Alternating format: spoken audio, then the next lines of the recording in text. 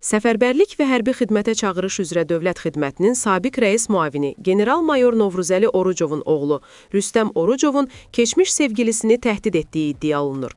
NoComment.az xəbər verir ki, bununla bağlı təhdid olunduğunu deyən Nərmin Xudaverdiyeva sosial media hesabında paylaşım edib. Xudaverdiyeva bildirib ki, Rüstəm Orucov ona evlilik təklif edib və bir ildən çox sevgili olublar. Lakin hər münasibətdə problem olduğu kimi bizdə də bəzi məsələlər oldu. Ayrıldıq. Oktyabrdan isə yeni münasibətə başladım. Bunu öyrənən Rüstəm Orucov məni təhdid etməyə başladı.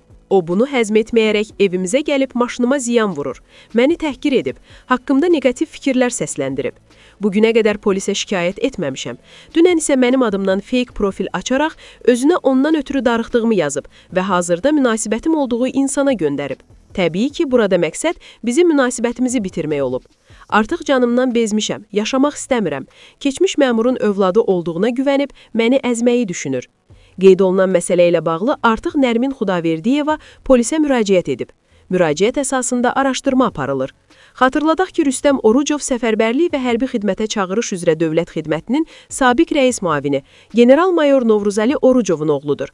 O, 2017-ci ildə xuliqanlıq və avtoxuliqanlıq ittihamları ilə həbs edilmişdi.